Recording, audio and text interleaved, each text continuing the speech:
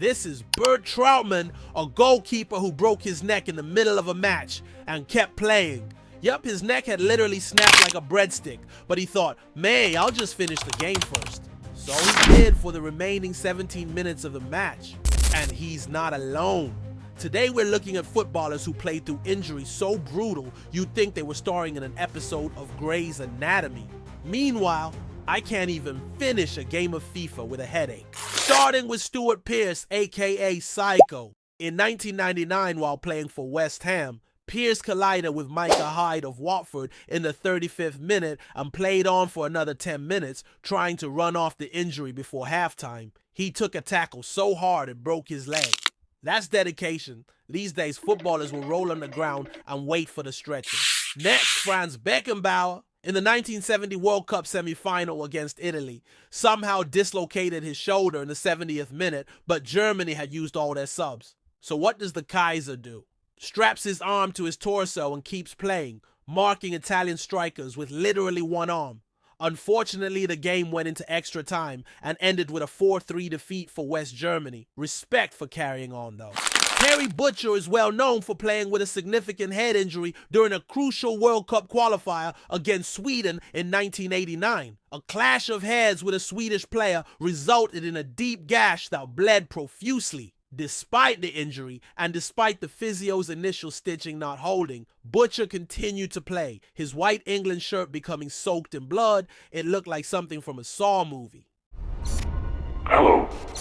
Do you want to play a game? His determination and resilience in that game are legendary. You won't get a player like that anymore. Another one that looks like he's been to war. Paul Ince, aka the Governor. 1997 World Cup qualifier versus Italy, takes a brutal head cut, blood streaming down his face. But even though he lost 2 pints of blood, Ince refused to leave the pitch, just gets bandaged up and carries on bossing the midfield like an angry zombie.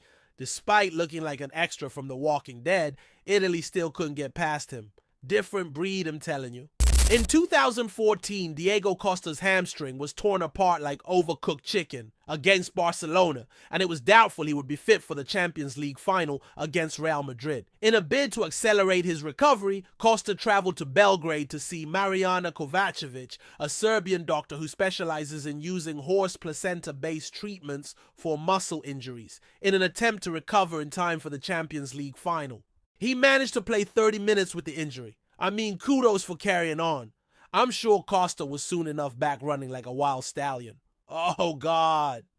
Anyway, Zlatan Ibrahimovic has famously played through injuries, including one where he played for 6 months with a torn ACL. Zlatan stated, "Lions don't recover like humans. Bro, you tore a ligament, not transformed into Simba. If that were Media Balimba, he would be asking for disability benefits immediately."